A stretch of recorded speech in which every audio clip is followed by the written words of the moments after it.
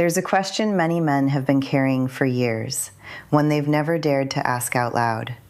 Not because they don't feel it, but because somewhere along the way they were taught that at a certain age it was no longer valid to ask it. The question is this: where is the woman I truly want? Not the one who showed up out of convenience, not the one who came along because the timing seemed right.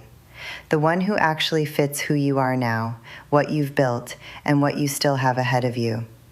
And the answer isn't a comfortable one, because that woman doesn't just appear on her own. She doesn't show up while you keep doing the same things you've always done, going to the same places, talking to the same people, carrying the same wounds without ever examining them. That woman appears when you change something, when you stop waiting and start moving from a different place. A more honest place, a cleaner place, one that's truly yours. Today I'm going to walk you through 3 concrete steps to get the woman of your dreams. And when I say concrete, I don't mean pretty phrases to repeat or textbook strategies. I mean the 3 internal and external shifts that separate the man who keeps waiting from the man who actually gets what he wants. I've seen them work. I've felt them from the feminine side. And I'm going to share them with the honesty you deserve at this point in your life. My name is Celia, and if this is your first time here, this space exists for men like you, men who still refuse to settle. Subscribe and hit the bell, because what's coming in the next videos will keep shaking loose things that have been still for far too long. Stay until the end, because by the time this video is over, you won't just know what to do.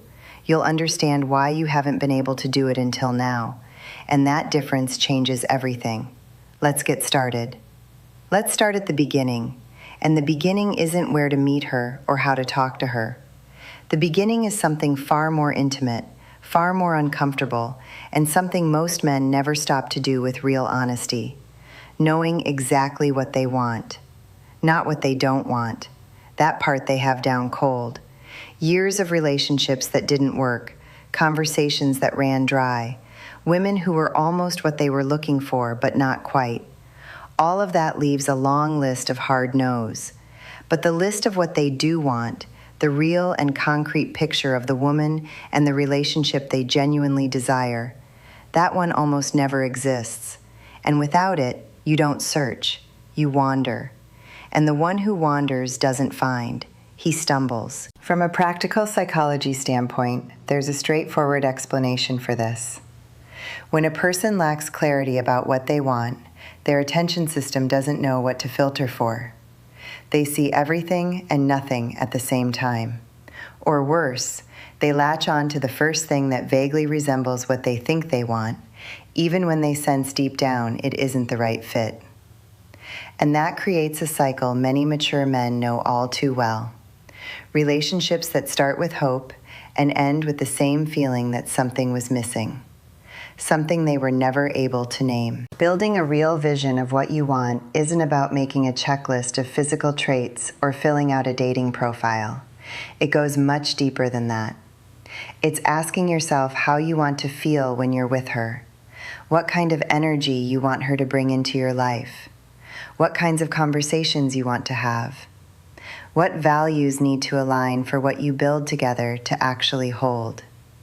It's asking yourself, with brutal honesty, what kind of relationship you want now, not the one you wanted at 30, not the one you thought you deserved at 40, but the one that truly aligns with the man you are today.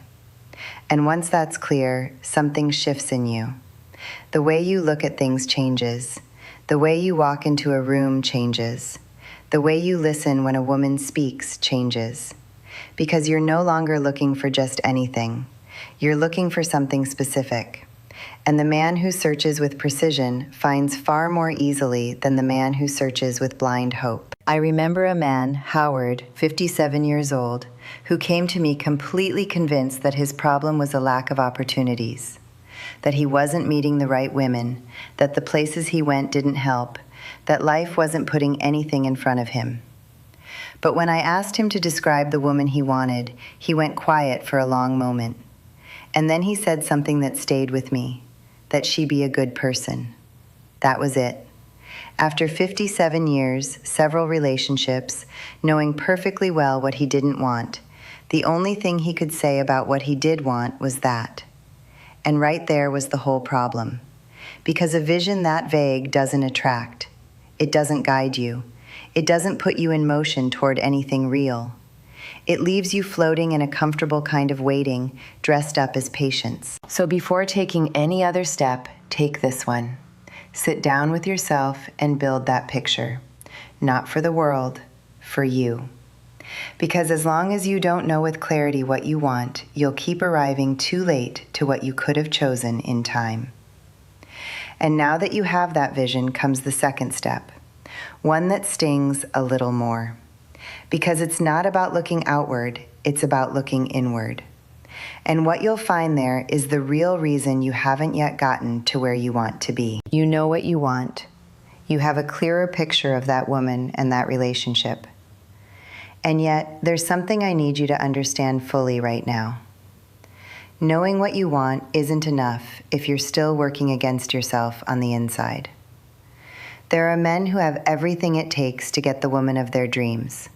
Presence, experience, stability, that calm that only comes from years well lived. And still, at the critical moment, something breaks down. They shut down when they should open up. They pull away when they should stay. Or the opposite, they give too much too soon with an urgency that gives them away. And then they can't figure out why they keep ending up alone, why it's always the same story with different people. That's not bad luck, that's self-sabotage. And self-sabotage almost never recognizes itself. Relationship psychology tells us that the patterns we repeat in love don't come from conscious choices.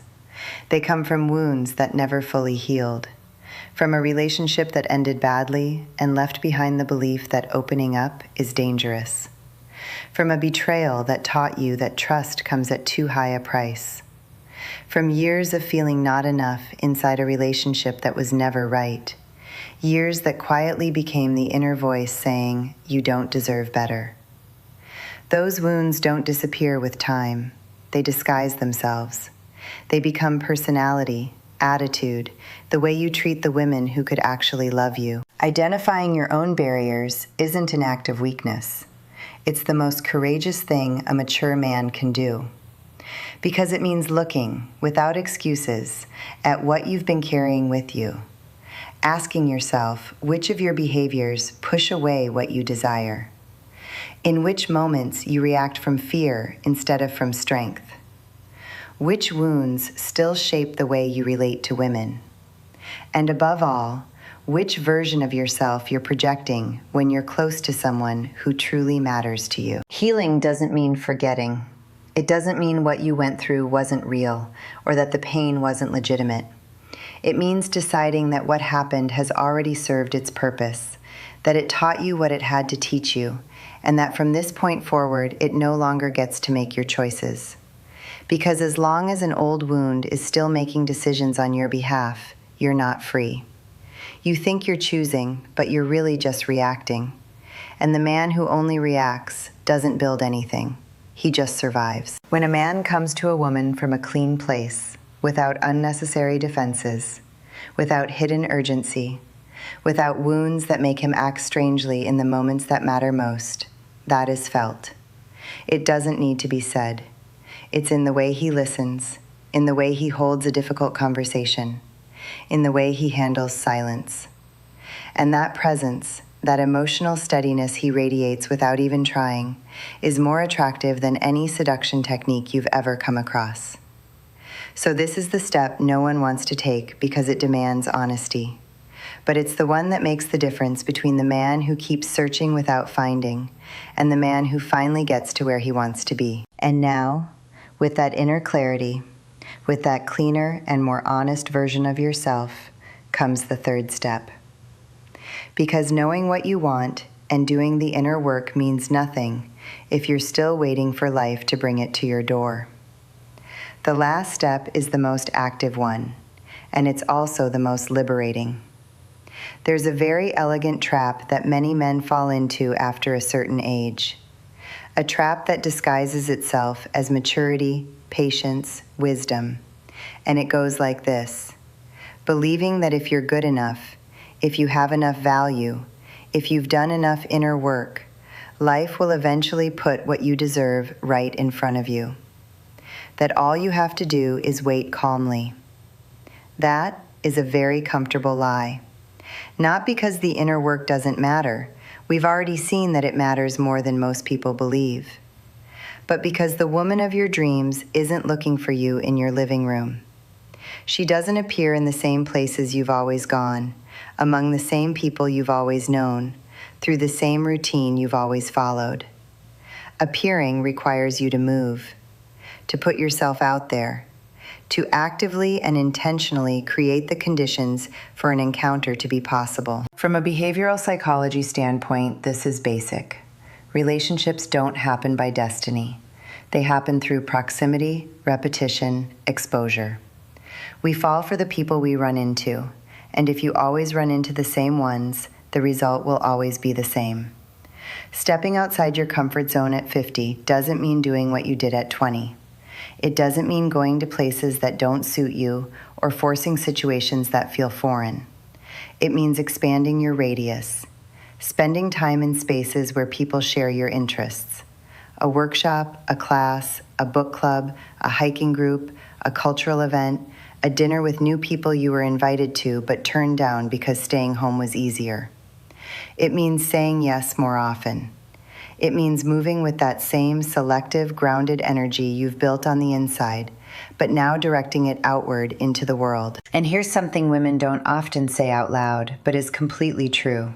There's something magnetic about an older man who still has curiosity, who still moves, who still wants new things and goes after them without embarrassment.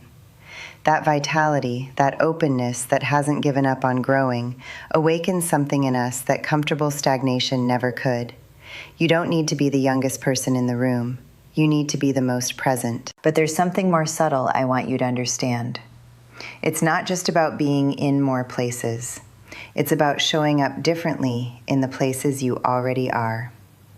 When you have clarity about what you're looking for, and you've done the inner work of clearing what was holding you back, the way you connect with people changes. You listen differently. You look differently.